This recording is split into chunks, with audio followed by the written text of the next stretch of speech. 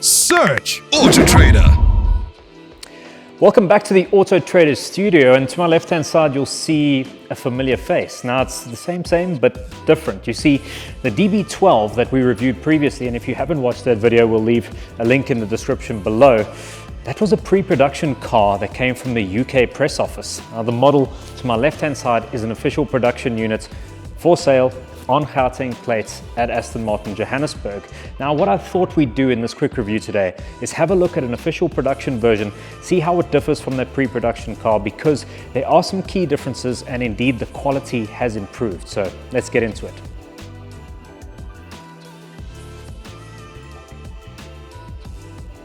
At the heart of every sports car is of course its engine, and in the case of the DB12 it's ditched its 12-cylinder roots for a V8, one sourced from Mercedes-AMG, specifically a 4-litre twin-turbocharged V8, and this guy produces 500 kilowatts and 800 newton meters of torque.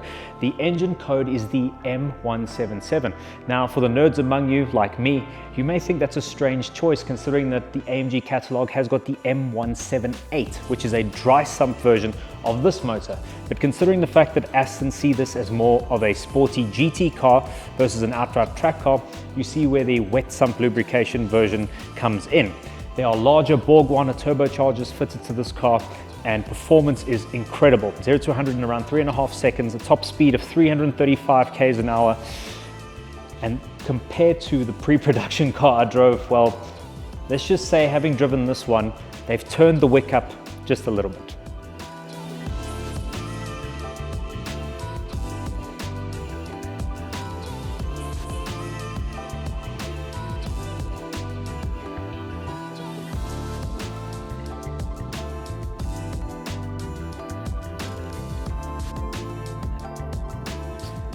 Now we can't chat about DB12 without looking at the pricing, and there's no easy way to break this to you. You're looking at anywhere between 6 and 7 million rand for a DB12. This particular unit that I'm in is around 6.3 million rand in the used market. Now there's such a wide discrepancy in pricing because, well, the sky's the limit when it comes to customization. This car, for example, has got loads of optional extras. If you look at the exterior, it's got a paint job by Aston Martin Q, which is their bespoke paint shop. It's called Iridescent Emerald. It's a gorgeous green, like flake metallic color. It's absolutely beautiful, and that's contrasted beautifully by satin bronze 21-inch wheels, which are also an optional extra. There's also carbon ceramic brakes and a host of interior options, including this sort of tan leather combined with black leather, and there's carbon fiber and extended ambient lighting package, upgraded sound system, and just a whole host of goodies that can really inflate the price tag quite dramatically. And that really makes a huge difference here, because looking at this car from an interior perspective, I've noticed a massive improvement in quality. Now I was quite concerned, having driven that pre-production car, getting inside there was a bit of a glitchy Apple CarPlay system.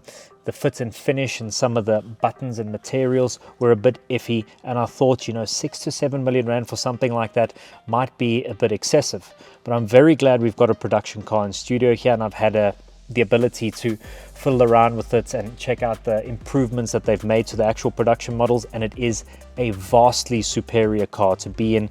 The fit and finish, the material quality, and just the way the car is put together is far better than the pre-production car that I drove.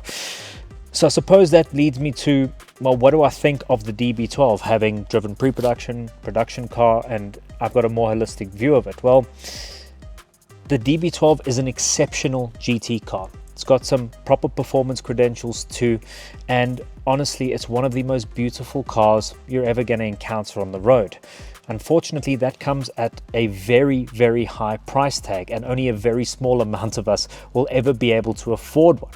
So I suppose it comes down to whether you absolutely have to own this car or not. And I suppose that's all I have for you today.